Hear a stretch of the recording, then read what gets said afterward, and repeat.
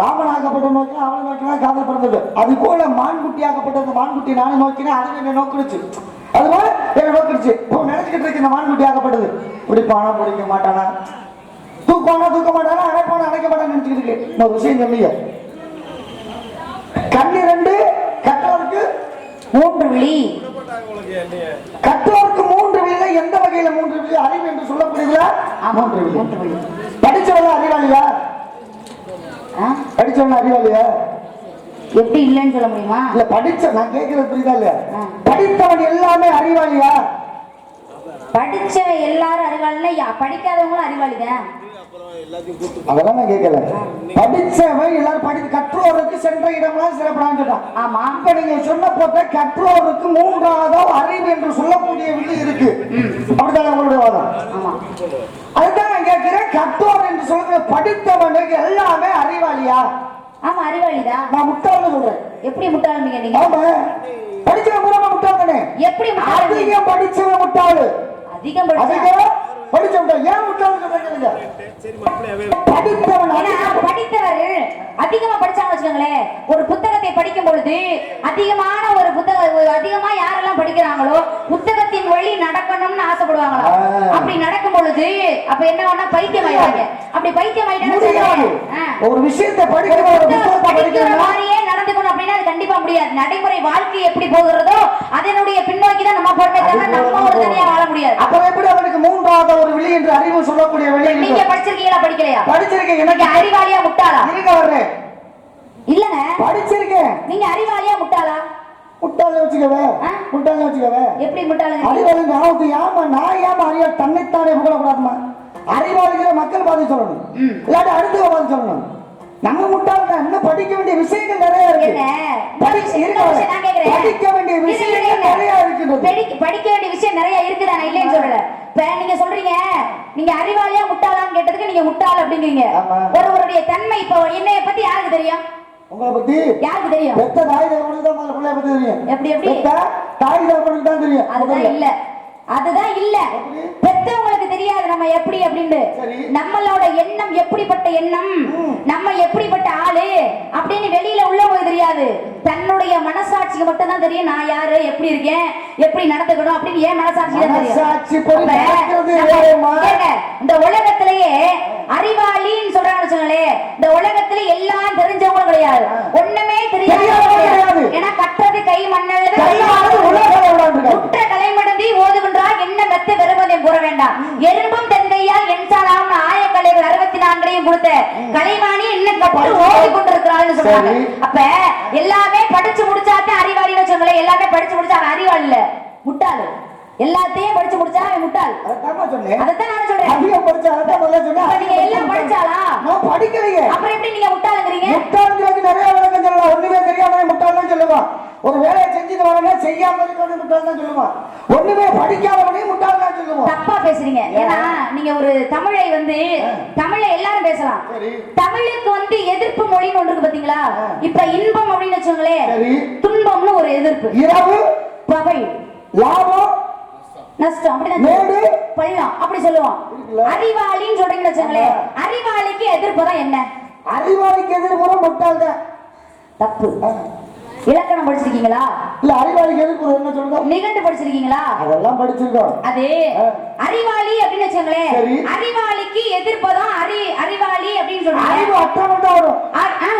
அறிவாளிக்கு எதிர்ப்பு தான் முட்டாள் கிடையாது. முட்டாள்ன்றது நம்மளா பேசிய கூட செந்தமிழ்ல எல்லாரும் சாப்பிட்டியான்னு இப்ப சாப்பிட்டு இப்ப நம்ம கேட்கறோம்னு வச்சுங்களேன். இருங்க அதேமா இருங்க நான் பேசுறேன். இல்ல நான் அறிவாளிக்கு எதிர்ப்பு தான். நான் முட்டாள், அது முட்டாள் இல்ல, அறிவு இல்லாதவன் சொல்லிட்டேன். அப்படி சொல்லணும். அப்படி அதுக்கு தெரிஞ்ச விளக்கத்தை மட்டும் தான் சொல்லணும். அதை விட்டு அங்க போய் இங்க போய் முக்க வரணும். இப்ப சாப்பிட்டீங்களான்னு கேக்குறோம். சாப்பிட்டீங்களா என்ன சொல்றேன்? இல்ல நீங்க சொல்றது அறிவாளிக்கு எதிர்ப்பு என்னன்னு கேட்டா நான் முட்டாள் சொல்லிருக்கேன், அறிவு இல்லாதவன் சொல்லிருக்கேன். அதுக்கு உண்டான எதிர்ப்பு நீ படிச்ச அறிவு சூடாமணி நிகண்டா விகடவியா எதுல படிச்சிருக்கல? முட்டாள் சொல்றீங்கல்ல, முட்டாள்ன்றது என்ன மொழின்னு கேக்குறேன் நானு. முட்டாள்ன்றது என்ன மொழி? நம்ம வழக்கமா சொல்றது தமிழ் மொழியில வச்சுக்குவேன். அப்ப வழக்கமா பேசுற சும்மா தமிழ் மொழி தான் முட்டாள்ங்கிற தமிழ் மொழி தான். அதான் நான் கேக்குறேன். இப்ப நம்ம நடைமுறையா பேசுற பேச்சுனா முட்டாள், நீ எல்லாம் முட்டாளா அறிவாளி அப்படின்னு கேக்குறோம் பாத்தீங்களா? அப்ப இதெல்லாம் நடைமுறையா பேசுற பேச்சு. இப்ப சாப்பிட்டீங்க, எல்லாத்தையும் சாப்பிட்டீர்களா? மறுபடியும் நீ கதை அங்கதான் கொண்டு ஒரு வரணும். எடுத்துக்காட்டுக்கு சொல்றேங்க. எடுத்துக்காட்டு எந்த ஒரு பதிலை சொல்லும் போது இல்ல இருங்க, இருக்கிற நேரத்துக்குள்ள நீ சொல்ல வேண்டிய விஷயம் எந்த ஒரு பதிலை சொல்லும் போது எடுத்துக்காட்டோட சொன்னாதான் அந்த பதிலுக்கே சிறப்பு. அப்புறம் எடுத்துக்காட்டே சொல்லக்கூடாதுன்னா அப்புறம் என்ன அர்த்தம்? சரி சொல்லுங்க. இப்ப சாப்பிட்டீர்களா, உறங்குனீர்களா, போனீர்களா, வந்தீர்களா யாராச்சும் பேசுறோமா? சாப்பிட்டீங்களா, போனீங்களா, வந்தீங்களா, இருந்தீங்களா அப்படிதானே பேசுவோம்.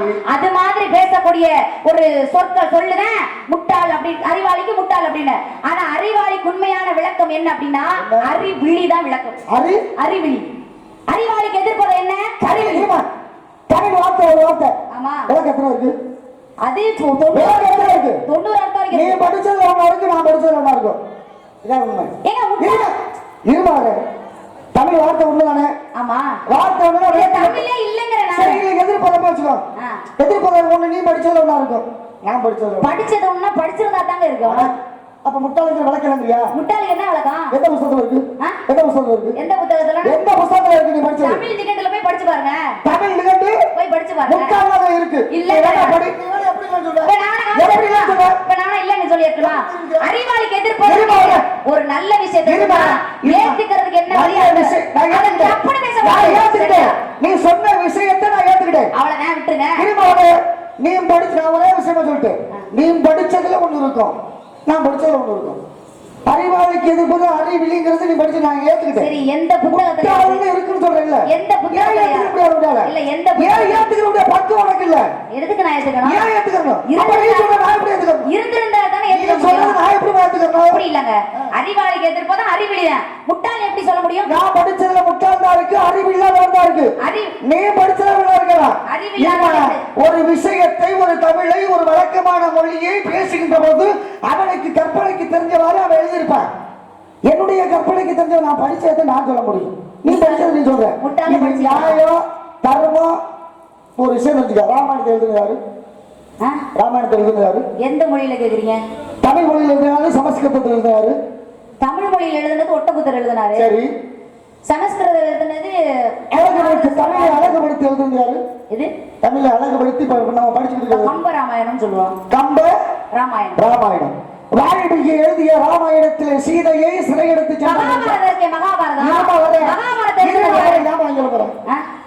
ஒரு விளக்கம் சொல்ல மகாபாரதம் எழுதுனது யாரு? வேற வியாசர் எழுதினாரு. நான் ஒரு விஷயம் என்ன விஷயம் சொல்ல வரேன்னா அதுக்குள்ள புகுந்த அடுத்த பேசுறது. மகாபாரதம் என்பது தமிழ் மொழியா என்ன மொழி? நான் என்ன விஷயம் சொல்ல வந்தேன் இல்லங்க, நான் கேக்குறேன் உங்கள்ட்ட. சரி, மகாபாரதங்கிறது தமிழ் மொழியா இல்ல என்ன வேற மொழியா? மகாபாரதம் என்பது தமிழ் மொழியா? மகாபாரதம் இங்க தமிழ்நாட்டுல நடந்துச்சா வேற நாட்டுல நடந்துச்சா? தமிழ்நாட்டுல நடக்கல. ராமாயணம் தமிழ்நாட்டுல நடந்துச்சா, மகாபாரதம் வேற நாட்டுல நடந்துச்சா? வேற நாட்டுல தான் நடந்துச்சு. ராமாயணத்துக்கு என்ன மொழி? தமிழ் மொழியில. ஆமா. ராமாயணத்துக்கு என்ன தமிழ்ல? ராமாயணம் தான். வேற மொழியில?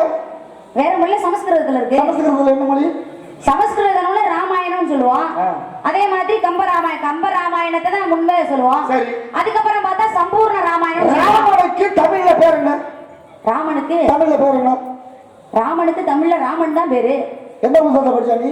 ராமாயண புத்தகத்துல தான் படிச்சேன். ராமன் பேரு ராமன் கிடையாது. வேற என்ன பேரு? இராமன் தான் பேரு. தமிழ் அகராதி படி நீ பேசுனீங்கன்னா நான் பேச முடியும். அதான் ராமன் தான் சொல்றேன்.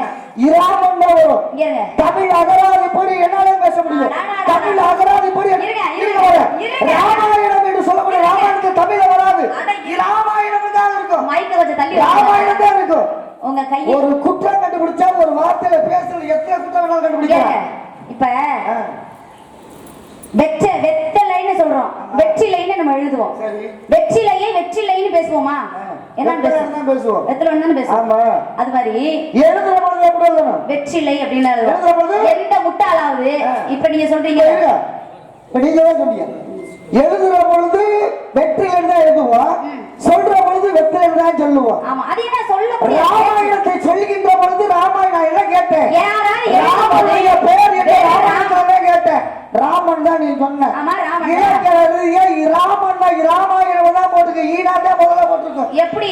இப்ப நான் கேக்குறேன் உங்கள்ட்ட.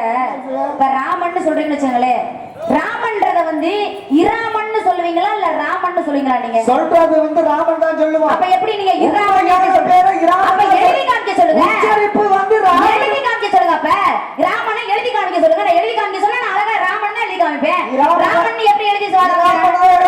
ஆமா, அப்படிதான் எழுதுறோம். சொன்னேன் ராமாயணம்